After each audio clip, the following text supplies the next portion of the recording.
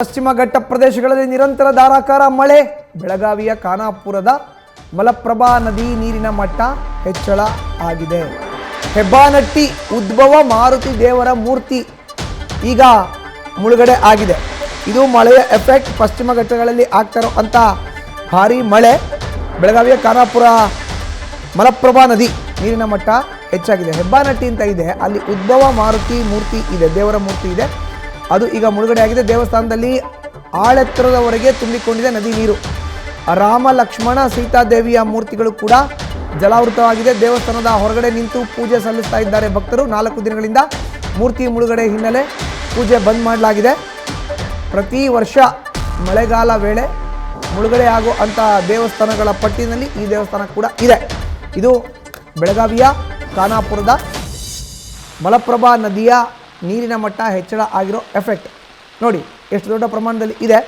ರಾಮ ಲಕ್ಷ್ಮಣ ಸೀತಾ ಮಾತೆಯ ಮೂರ್ತಿಗಳು ನೀರಿನಲ್ಲಿ ಮುಳುಗಡೆ ಆಗಿದೆ. ಒಬ್ಬ ಆಳೆತ್ತರಕ್ಕೆ ನಿಂತರೆ ಎಷ್ಟು ಹೈಟ್ ನೀರು ಬರುತ್ತೋ ಅಷ್ಟು ಹೈಟ್ ನೀರಿದೆಯಂತೆ.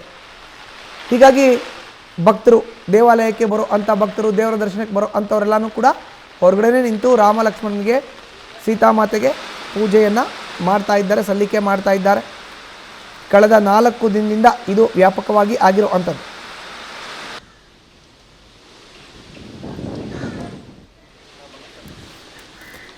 ಇನ್ನು ಬೆಳಗಾವಿ ಖಾನಾಪುರದ ಮಲಪ್ರಭಾ ನದಿ ನೀರಿನ ಮಟ್ಟ ಹೆಚ್ಚಳ ಜೊತೆಗೆ ದೇವರ ಮೂರ್ತಿ ಮುಳುಗಡೆ, ಈ ವಿಷಯಕ್ಕೆ ಸಂಬಂಧಪಟ್ಟಂತೆ ನಮ್ಮ ಪ್ರತಿನಿಧಿ ಶ್ರೀಕಾಂತ್ ಪ್ರತ್ಯಕ್ಷ ವರದಿಯನ್ನು ಕೊಟ್ಟಿದ್ದಾರೆ. ಬನ್ನಿ ನೋಡೋಣ. ಕಳೆದ 4 ದಿನಗಳಿಂದ ನಿರಂತರವಾಗಿ ಪಶ್ಚಿಮ ಘಟ್ಟ ಪ್ರದೇಶದಲ್ಲಿ ವ್ಯಾಪಕವಾಗಿ ಮಳೆ ಬರ್ತಾ ಇರೋದ್ರಿಂದ ಸಹಜವಾಗಿ ಏನಂತಂದ್ರೆ ಖಾನಾಪುರ ತಾಲೂಕಿನಲ್ಲಿ ಹರಿತಕ್ಕಂಥ ಏನು ಮಲಪ್ರಭಾ ನದಿ ಏನಿದೆ ಅದು ಈಗ ತುಂಬಿ ಹರಿತಾ ಇರುವಂಥದ್ದು ದೃಶ್ಯದಲ್ಲಿ ನಾನು ತೋರಿಸ್ತಾ ಹೋಗ್ತೀನಿ. ಇದು ಮಲಪ್ರಭಾ ನದಿ ಸದ್ಯ ಏನಂತಂದ್ರೆ ತುಂಬಿ ಹರಿತಾ ಇರೋದ್ರಿಂದ ಖಾನಾಪುರ ತಾಲೂಕಿನಲ್ಲಿ ಬರ್ತಕ್ಕಂಥ ಹೆಬ್ಬಾನಟ್ಟಿಯ ಮಾರುತಿ ಮಂದಿರ ಏನಿದೆ ಆ ಮಾರುತಿ ಮಂದಿರದ ಒಳಗಡೆ ಏನಂತಂದ್ರೆ ನೀರು ನುಗ್ಗಿರುವಂಥದ್ದು. ಪ್ರತಿ ವರ್ಷ ಮಳೆಗಾಲದ ಸಂದರ್ಭದಲ್ಲಿ ಈ ರೀತಿಯಾದಂತಹ ಪರಿಸ್ಥಿತಿ ಉದ್ಭವ ಆಗತ್ತೆ. ಈಗಾಗಲೇ ಏನಂತಂದ್ರೆ ಏನು ಉದ್ಭವ ಮಾರುತಿ ಮೂರ್ತಿ ಏನಿದೆ ಅದು ಸಂಪೂರ್ಣವಾಗಿ ಮುಳುಗಡೆಯಾಗಿದೆ. ಈಗ ಏನಂತಂದ್ರೆ ರಾಮ ಲಕ್ಷ್ಮಣ ಹಾಗೇನೆ ಸೀತೆ ಇರ್ತಕ್ಕಂಥ ಒಂದು ಏನು ಮೂರ್ತಿಗಳೇನಿವೆ ಅವು ಸಂಪೂರ್ಣವಾಗಿ ಈಗ ಮುಳುಗಡೆ ಹಂತಕ್ಕೆ ಬಂದಿರುವಂಥದ್ದು. ಇನ್ನು 2-3 ದಿನಗಳ ಕಾಲ ಏನಾದರೂ ಮಳೆಯಾಗಿದ್ದೇ ಆದರೆ ಇಡೀ ಹೆಬ್ಬಾನಟ್ಟಿಯ ಈ ಮಾರುತಿ ಮಂದಿರ ಏನಿದೆ ಸಂಪೂರ್ಣವಾಗಿ ಏನಂತಂದ್ರೆ ಮುಳುಗಡೆ ಆಗತ್ತೆ. ಈ ಸಂದರ್ಭದಲ್ಲಿ ಪ್ರತಿ ಬಾರಿ ಏನಂತಂದ್ರೆ ಇಲ್ಲಿ ಏನು ಮಾರುತಿ ದೇವಸ್ಥಾನಕ್ಕೆ ದೇವರ ದರ್ಶನ ಮಾಡ್ಲಿಕ್ಕೆ ಬಂದಂತ ಭಕ್ತರು ಏನಿದ್ದಾರೆ ಅವರು ಏನಂತಂದ್ರೆ ಇಲ್ಲಿ ದೂರದಲ್ಲೇ ನಿಂತ್ಕೊಂಡು ಏನಂತಂದ್ರೆ ದರ್ಶನ ಪಡೆದು ವಾಪಸ್ ಹೋಗ್ಬೇಕಾದಂತ ಪರಿಸ್ಥಿತಿ ಇಲ್ಲಿ ನಿರ್ಮಾಣ ಆಗತ್ತೆ. ಏನು ಈಗಾಗಲೇ ಏನಂತಂದ್ರೆ ಕೆಲ ಪ್ರವಾಸಿಗರು ಬಂದಿದ್ದಾರೆ, ಅವರನ್ನು ಮಾತಾಡ್ತೀನಿ.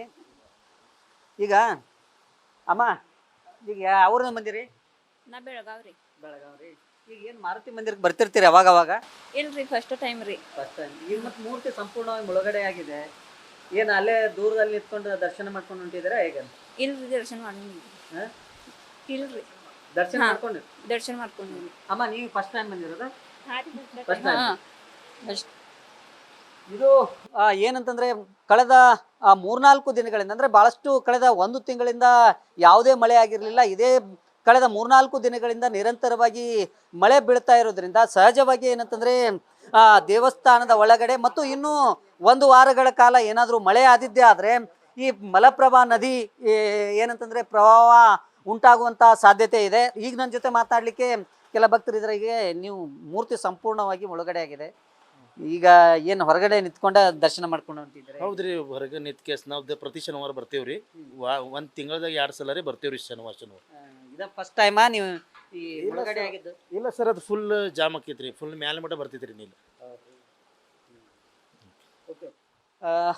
ಕಳೆದ 3-4 ದಿನಗಳಿಂದ ಏನು ಮಳೆ ಬೀರ್ತಾ ಇದೆ ಇದರ ಪರಿಣಾಮವಾಗಿ ಈಗ ಮಾರುತಿ ಉದ್ಭವ ಮೂರ್ತಿ ಏನಿದೆ ಸಂಪೂರ್ಣವಾಗಿ ಮುಳುಗಡೆ ಆಗಿದ್ದು, ಇದ್ರ ಜೊತೆಗೆ ಏನಂತಂದ್ರೆ ಇಡೀ ಏನು ಕನಕುಂಬಿ ಸೇರಿದಂತೆ ಬೇರೆ ಬೇರೆ ಖಾನಾಪುರ ತಾಲೂಕಿನ ಬೇರೆ ಬೇರೆ ಭಾಗಗಳಲ್ಲಿ ಅಂದ್ರೆ ಮಲಪ್ರಭಾ ನದಿ ತೀರದಲ್ಲಿ ಏನು ಒಂದು ಆತಂಕ ಅಂದ್ರೆ ಬರದ ವಾತಾವರಣ ಏನು ಸೃಷ್ಟಿಯಾಗಿತ್ತು ಈ ಮಳೆಯಿಂದಾಗಿ ಸಂಪೂರ್ಣವಾಗಿ ಅದು ನಿವಾರಣೆ ಆಗಿರುವಂಥದ್ದು. ಆದರೆ ಒಂದು ಆತಂಕ ಇರುವಂಥದ್ದು, ಇದೇ ರೀತಿ ಮಳೆ ಮುಂದುವರೆದಿದ್ದೇ ಆದರೆ ಮಲಪ್ರಭಾ ನದಿಗೆ ಮತ್ತೆ ಪ್ರವಾಹದ ಆತಂಕ ಎದುರಾಗುವಂತ ಪರಿಸ್ಥಿತಿ ಇರುವಂಥದ್ದು. ಕ್ಯಾಮ್ರಾಮನ್ ನಾಗೇಶ್ ಜೊತೆ ಶ್ರೀಕಾಂತ್ ಕುಕ್ಕಡಿ, ನ್ಯೂಸ್ ಫಸ್ಟ್, ಬೆಳಗಾವಿ.